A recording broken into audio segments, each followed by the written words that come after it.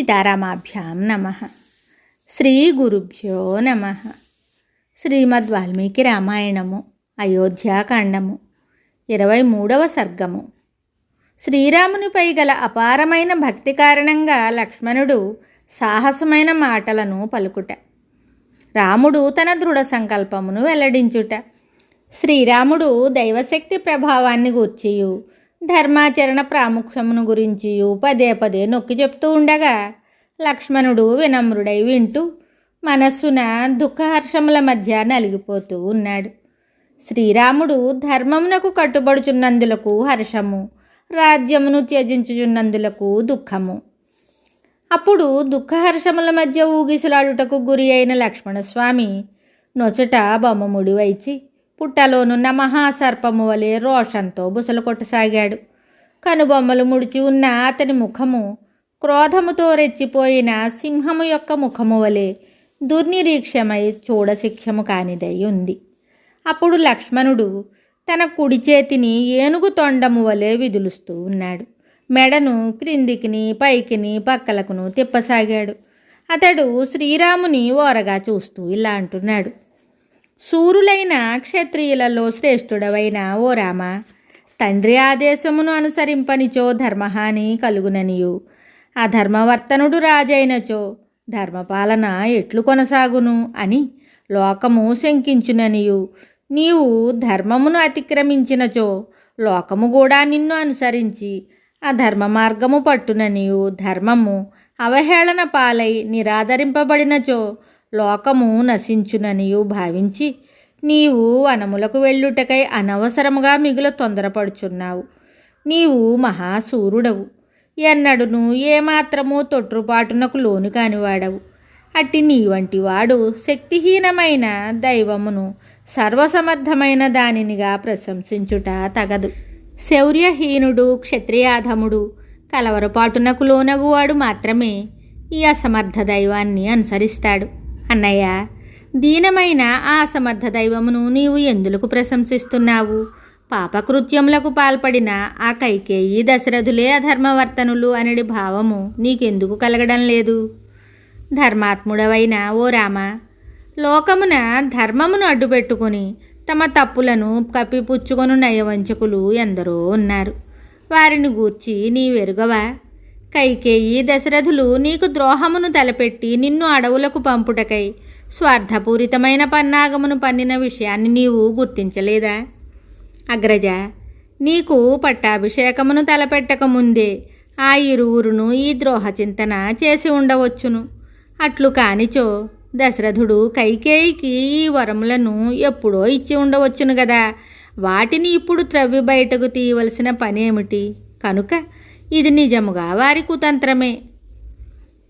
ఓ మహావీర, జ్యేష్ఠుడవైన నిన్ను కాదని లోకవిరుద్ధముగా కనిష్ఠుడైన చిన్నవాడైన మరి ఒకనికి అనగా భరతునకు పట్టముగట్టుట నేను మాత్రము సహింపజాలను.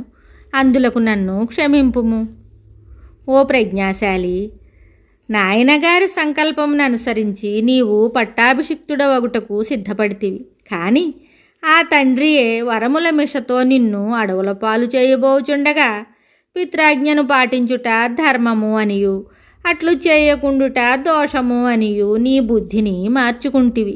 ఇది ధర్మమే కాదు, దీనికి నేను అంగీకరింపను. రామ, కైకేయి వశవర్తి అయ్యున్న తండ్రి ధర్మబద్ధము కాని గర్హింపదగిన ఆదేశమును వనములకు వెళ్ళుము అను ఆజ్ఞను ఇచ్చుచున్నాడు. నీవు దానిని ఎదుర్కొనగల సమర్థుడివే అయినను ఆ ఆజ్ఞను ఎందులకు పాటింపదలుచుచున్నావు? ఈ కపట ప్రయత్నం అంతయును వారు పాపబుద్ధితో చేయుచున్నట్టిదే అని నీవు గ్రహించకపోవుట నాకు బాధను కలిగించుచున్నది. ఇట్టి కపట ప్రయత్నమును ధర్మమని భావించి దానికి తలయొగ్గుట నింద్యము. కైకేయి దశరథులు ఇరువురును స్వార్థ ప్రవృత్తి కలిగి ఉన్నవారు. వారు నీకు అహితమునే కోరుచున్నారు. వారు నీ హితమును కోరుటలేదు. వారు తల్లిదండ్రుల రూపముననున్న శత్రువులు.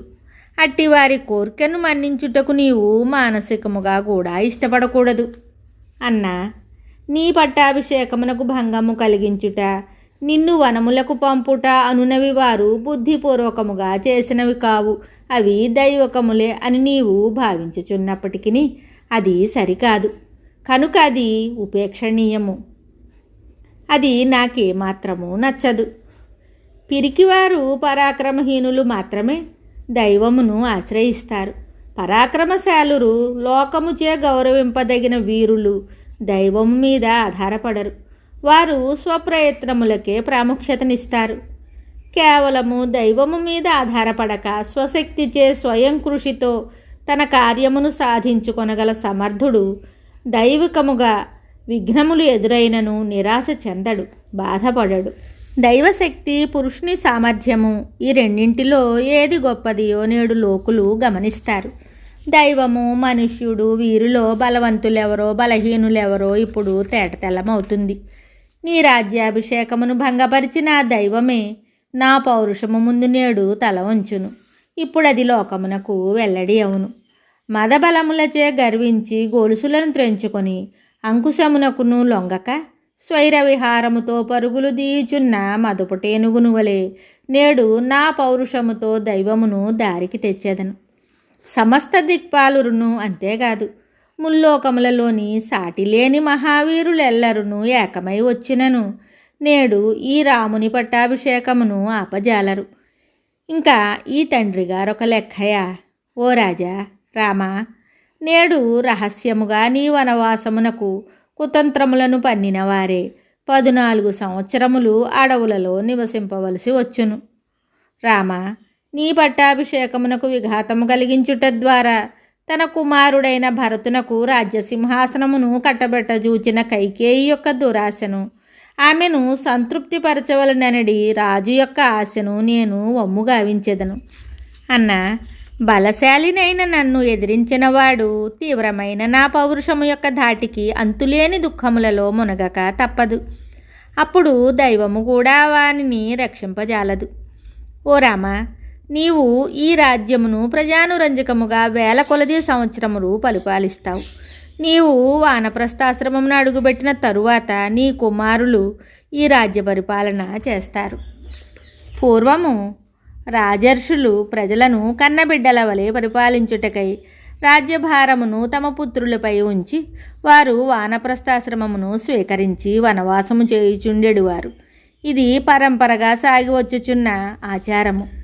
చేతులకు ఉడుము కవచములను ధరించి ధనస్సును చేతబట్టి రణరంగమున నేను నిలిచి ఉండగా పురుషులలో నేను వీరుడను అని చెప్పుకొనగల మొనగాడు ఎవరుండును? నేను ఎన్నో బాణములను చేతబట్టి ఒక్కొక్క వీరుని ఒక్కొక్క బాణముతో ఎంతోమంది యోధులను హతమార్చెదను.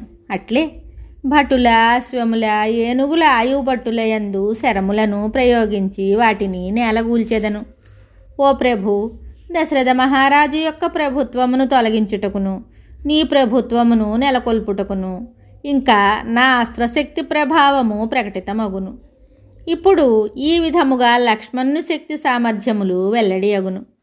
ఈ బాహువులు చందన లేపనములకును భుజకీర్తులను ధరించుటకును సంపదలను దానధర్మములు చేయుటకును దుష్టుల నుండి సజ్జనులను కాపాడుటకును ఉపయుక్తములగుచూ వచ్చినవి. కానీ అవి నేడు నీ పట్టాభిషేకమును భంగపరచడి వారి పని పట్టుటకు వినియోగపడును. హే ప్రభో, నేను నీ దాసుడను. నీ ఏ శత్రువు యొక్క ప్రాణములను తీయవలెనో, వారి మిత్రులను ఎవరిని హతమార్చవలెనో, ఏ విరోధుల కీర్తి ప్రతిష్టలను రూపుమాపవలెనో తెలుపుము. ఈ భూమండలము నీకు వశమగుటకు నేనేమి చేయవలనో శాసింపుము.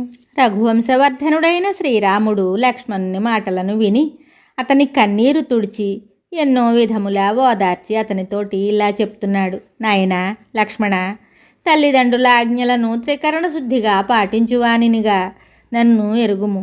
ఇది ఏ సత్పురుషుల మార్గము. వాల్మీకి మహర్షి విరచితమయ్యే ఆదికావ్యమైన శ్రీమద్ రామాయణమునందలి అయోధ్యాకాండమునందు 23వ సర్గము సంపూర్ణం. శుభం.